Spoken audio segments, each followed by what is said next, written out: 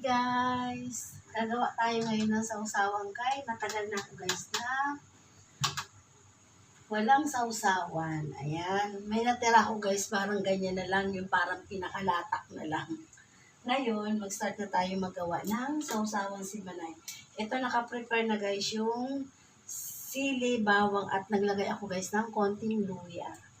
Tapos, hindi na ako guys maglalagay dyan ng patis. Ang ilalagay ko na lang guys ay Himalayan salt at saka yung white na rock salt. Ayan.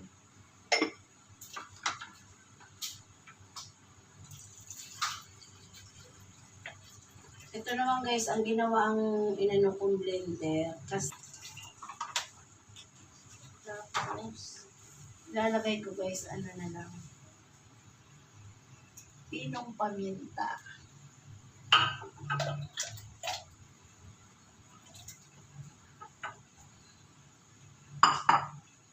Dagdag tayo ng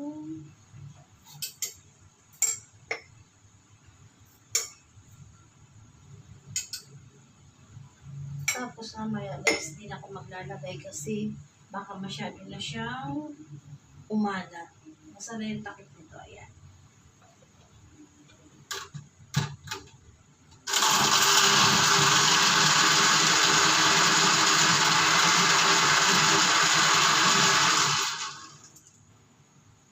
Na guys, lalagay ko lang dito sa aking tatlong bote. Ngayon, ayan to guys, so, pinagsama-sama ko muna siya dito.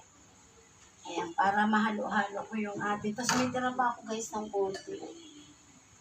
Pag naglagay ako dito guys, i-mix ko ulit siya dyan. Tapos maglagay na tayo sa imbodo. Lagyan na natin ng imbodo pala guys. Ayan. Dahan-dahan lang guys, kay baka matapon.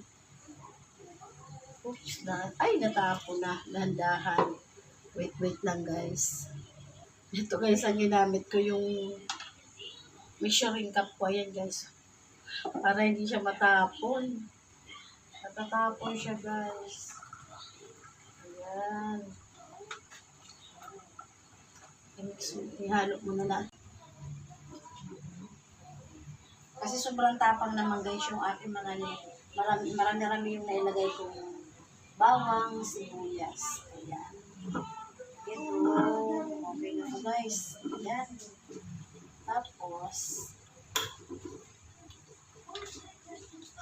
ayan. May sausawa na naman si Manay. Matagal na namin maubos guys. Ayan. Isi-shake ko na lang guys.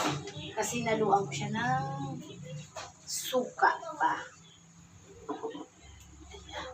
Diba guys? Sabi ko sa mga anak ko, pag kukuha kayo, i-shake nyo muna. Para yung pinaka laman ng ano, yung bawang sibuyas, masasama sa pagkuha nila ng sausawan. Guys, ang bagong sausawan naman ni Manay. Ayan. Tagal to guys sa amin maubos. Ayan. Bye guys. Thank you. God bless po.